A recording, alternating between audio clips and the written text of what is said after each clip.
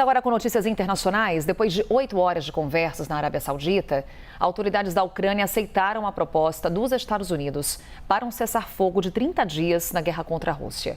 A oferta de trégua ainda será apresentada para os russos. Vamos falar mais sobre esse assunto com a professora, doutora de Relações Internacionais, Carolina Pavese. Mais uma vez, seja bem-vinda, Carolina. Bom dia. Bom dia, Carol. Prazer estar aqui com vocês hoje de manhã. Prazer é nosso. Carolina, a gente acompanhou ontem a declaração do Marco Rubio, secretário de Estado dos Estados Unidos, e ele foi muito claro, olha, a bola agora está com a Rússia. O que Putin deve fazer? É possível a gente traçar aqui alguma perspectiva com relação a esse acordo de cessar-fogo?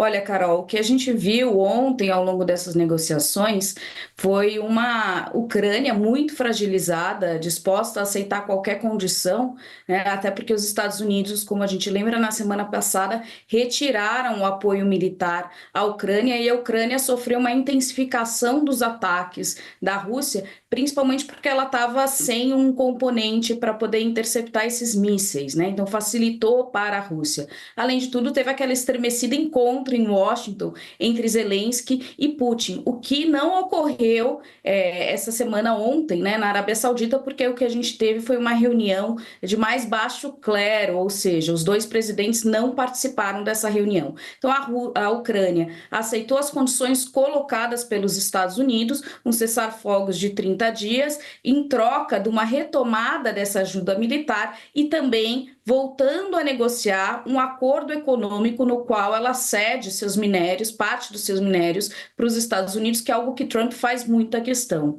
Em contrapartida, o que a gente tem que ver agora é quais serão os termos que a Rússia vai impor, porque a Rússia está numa outro papel aqui, né? Então ela muito provavelmente vai trazer algumas condições para acordar esse cessar-fogos. E o que a gente já viu é a possibilidade de que seja, inclusive, a concessão de territórios, né? A Rússia não deve estar muito disposta a abrir mão de ter territórios que ela já tem ocupado ao longo desses 3 anos de guerra na Ucrânia e deve querer a anexação final disso.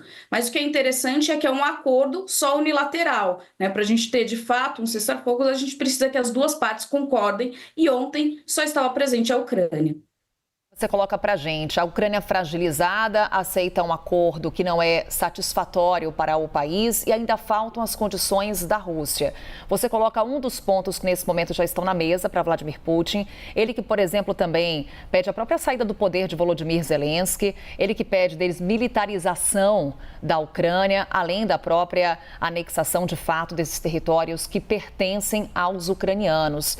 Aí eu te pergunto, Carolina, quando o Vladimir Putin entrar nessa conversa de fato, nesse acordo de cessar-fogo, a gente pode esperar uma mudança ainda maior dessas negociações, a Ucrânia saindo ainda mais fragilizada?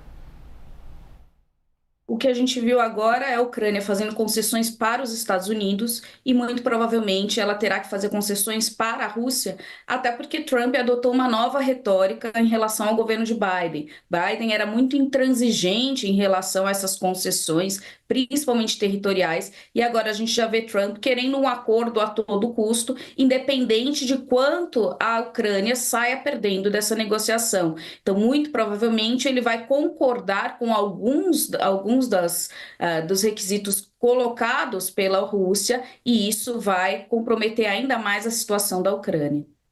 E aí também há um ponto do quão frágil pode ser esse acordo de cessar-fogo. Porque tivemos, por exemplo, um acordo de cessar-fogo entre Rússia e Ucrânia em 2014, quando houve a invasão da Crimeia.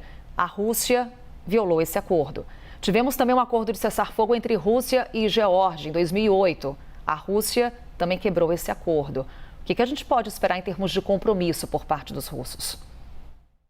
Pois é, acho que o histórico que você levantou já aponta para um certo desânimo com relação ao futuro de um cessar-fogo, que na verdade ele é uma interrupção temporária de um conflito. Ele não significa a solução de um conflito, nem um acordo de paz, né? Então, o que se precisa é que com o cessar-fogo a gente retome as vias mais diplomáticas e negocie um acordo definitivo de paz, o que não ocorreu nessas situações que você mencionou e o que é muito muito mais difícil de se concluir agora também. Então, a gente pode ter até um período de trégua, mas a gente está muito longe de chegar a uma solução final para esse conflito. Do que depende essa solução final, Carolina?